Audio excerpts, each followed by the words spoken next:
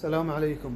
بعض مردم اجازتا کان گشت ماگا جان شودا وضو گرگ لوٹی لازم اگا جان شودک بس سے ما لوٹا نماز وانا اگا مردم جان شوشت جنابه حالت آیا آئی نیت ہمشن کے غسل جنابه مثال پتر حمامہ جان شوشت پورا گول گولی جا و تی پونزا آپی بو آئی نیت ہمشن غسل جنابه گڑا لازم نہیں کہ دز نماز بگی بزا خلاص دز نمازی بھی گفتا.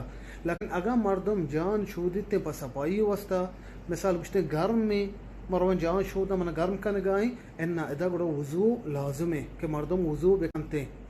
اگر غسل جنابہ کن گائے لازم نہیں وضو بکن. اگر تو جان شودک پسپائی وستا یا کہ گرم میں من سرد ملوٹا روان جان شودا ہے دا ادا گڑا وضو ضروری مردمہ وضو کھنگی ہے.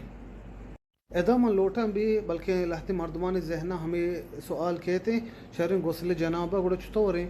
غسل جنابہ ما ہنچو گوشتگا اگا مردم حمام پترتے آئی نیت من غسل جنابہ کنا پورا ہوتی جانی شوشت گول گولی جا اوتی پونزا آپی بو آئی نیت ہمشیں غسل جنابہ جائز ہیں.